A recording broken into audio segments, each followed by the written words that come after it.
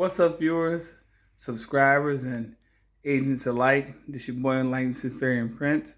Wake your ass up, you COVID-19 quarantine sleeping motherfuckers. Hey, get up. Excuse my language if you're listening around kids.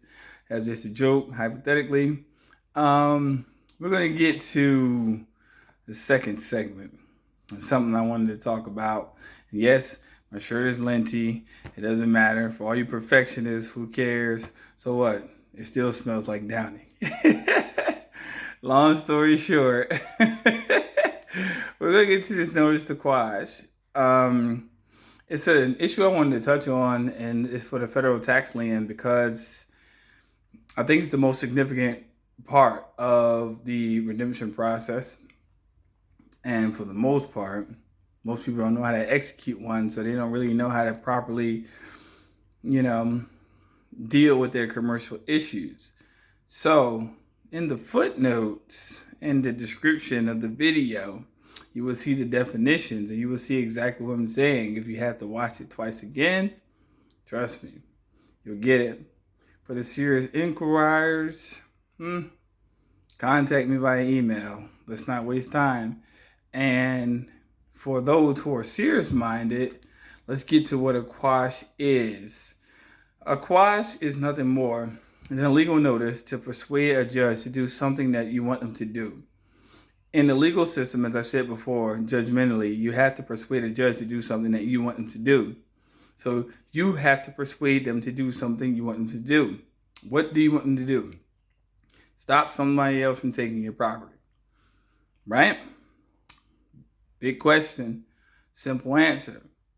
In the Internal Revenue Service and the Notice of Federal Tax Lien and the Internal Revenue Service and the Notice of Federal Tax Lien, which is certified by the public agents, you have to be aware of how to execute this. Now, the tax information that I do disseminate in regards to this issue, it's something you have to actually try to pretty much inquire and like in personal reference to me about. But we'll get to that, and the exemption of status and the revocation of election is a private issue, as I said before, but I gave an example. So without further ado, let's just go through the tax lien ideology. A lien is nothing more than a commercial interest in your personal property, right? So in order for your commercial property to be interested by an extra or ultra vires entity such as the IRS, they have to have a notice of lien. If they don't have a notice of lien and they have not filed the UCC-1 and they have not actually filed a notice of federal tax lien, in those 3 consecutive notices, then what they have is a fraudulent claim. Yes, agents, I'm on your ass. And the reason why I say this is because according to Uniform Commercial Code, it's considered securities fraud. And securities fraud is nothing more than just pretending and fraudulently trying to extort from the signer of the contract in regards to the tax form the actual property that was actually negotiated between that person and the entity, which is called the IRS. Now, put all the definitions together that are in the video description, and you'll see what I'm saying clearly. What it is it's a fraudulently accumulated debt in the financial terms, and what it's accumulated for is the personal property, which is your personal revenue as the person who actually has a lien against their property. So the person who is not secured by the Uniform Commercial Code or who has not secured collateral in regards to Section 4 is going to be the liable entity. So in other words, you're being legally extorted. And yes, I have no shame in saying this because it's what it is. I have no debt obligations and no problems in my personal life because I myself execute these same personal remedies.